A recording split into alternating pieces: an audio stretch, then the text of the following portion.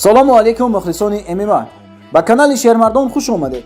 дар видео лайк монед ва мо имрӯз шуморо бо хабарҳои нав аз ҷаҳони ММА ошно хоҳем кард.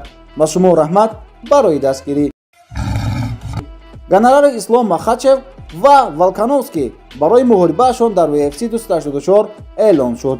ғолиби мусобиқаи UFC 284 ва қаҳрамони феълии вазни сабук ислом махачев барои пирӯзӣ дар набард ба Александр Волкановский австралиягӣ $1.1 миллион ба даст овард.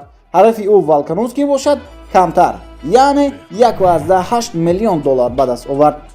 Яир Родригеси мексикоӣ ки дар қуввоозмоии асосии UFC 284 ғолиб омад, $270,000 ва рақибаш Ҷош Эметти амрикоӣ бошад, $95,000 гирифтаанд.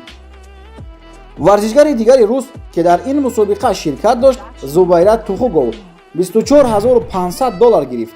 барои риоя накардани вазн ба андозаи 30% ҷарима шуд. рақиби ӯ аз Бразилия Элвис Бреннер аз ташкилотчиён $38,500 гирифтааст. барои Бреннер ин аввалин дебюташ дар UFC буд. Нурулло Алиев сафар ба шаҳри Лас-Вегас. имрӯз сафарашро Нурулло дар инстаграмаш гузошт. ёддаст мешавем ки 2 ҳафтаи дигар мондааст барои муҳорибаи варзишгари машҳури тоҷик Нурулло Алиев. ӯ аввалин варзишгар дар Тоҷикистон мебошад ки дар UFC ширкати бонуфузтарини ҷаҳон баромад хоҳад кард.